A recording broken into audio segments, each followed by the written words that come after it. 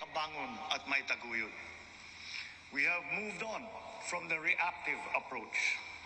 Now we are not only proactive, but predictive as well, aided by digital tools. The strategies, spokes, warehousing, automated production, and wide-scale pre-positioning of food and non-food supplies in LGUs have proven their efficacy.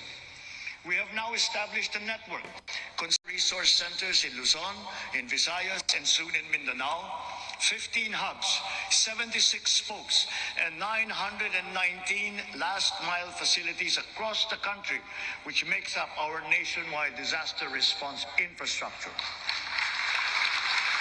Because of this robust system, delivery of emergency naray na mangyari ang sakuna, aagapan natin ang paghahanda at pagresponde.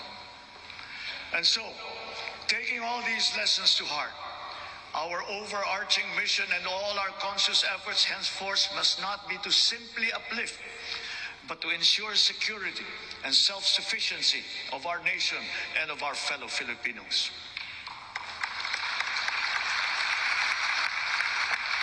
Sa susunod na taon, ang mga tren ng North-South Commuter Railway ay tatakbo na sa pagitan ng Valenzuela at Malolos. Sisikapin ng DOTR na sa pagtapos ng administrasyong ito, tapos na rin ang railway hanggang sa Clark.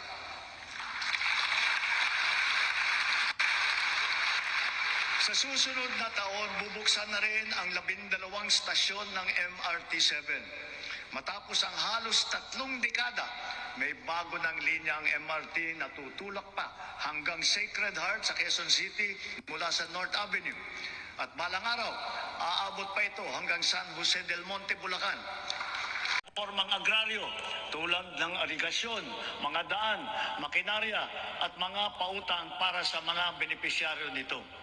Kaya sinasabi ko, Secretary Conrad, wag mong munang isipin na pwede ka nang mag-retire. Marami ka pang trabaho na gagawin sa daan. Ang pinagkukunan natin ng kuryente. Ito ay isang tanda ng pagiging matatag na bansa. Kaya kasalukuyan nating binabantayan at tinututukan ang 200 proyekto na matatapos hanggang sa dulo ng administrasyong ito. Ang kabuuang kapasidad ng mga ito ay halos 10,000 megawatt. 45 sa mga ito ay natapos na at 31 ay matatapos ngayong taon. At ang 124 naman ay inaasahang matatapos hanggang sa 2028. Dagdag pa rito, ang mahigit 1,000 at abot ang tulong ng Kongreso na maipasa na ang Sariling Kuryente Act. At demand for the immediate amendment of the EPIRA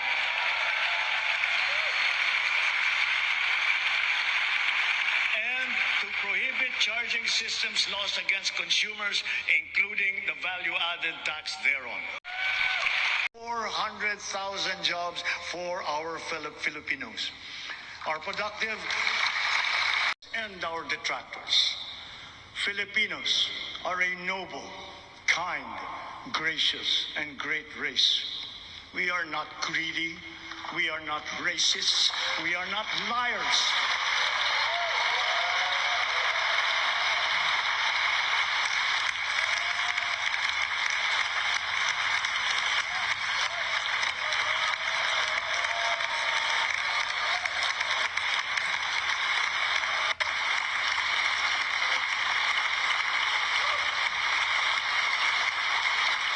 Respectful, and we are dignified.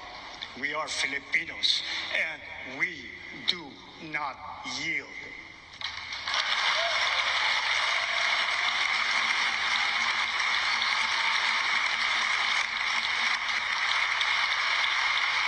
Just recently, we celebrated the 10th anniversary of the final and binding 2016 Armed Forces, the Coast Guard, even our fisherfolk, who all continue to patrol and plow our seas in the face of great risk.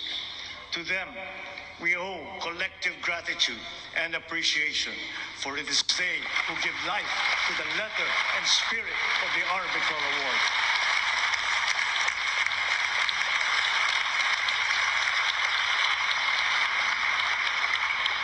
sa ganitong mga banta sa ating seguridad sa loob at sa labas ng bansa. Tayo'y tumindig ng taas noo at magkapit-bisig. Dahil tayo man ay magkakaiba sa maraming bagay, iisa lang tayong lahi. Tayong lahat ay Pilipino, Pilipino sa diwa, Pilipino sa dugo. Manaig nawa ang pagkakaisa at ang pagmamahal natin sa inang bayan at sa kapwa Pilipino. Sa bagay na ito, hindi tayo magkakatunggali. Tayo ay magkakabigkis tulad ng ating pinamala sa ating buong kasaysayan. Sa mga pang-aalipusta, hindi tayo matitinag. Sa manlulupig, hindi tayo pasisiil.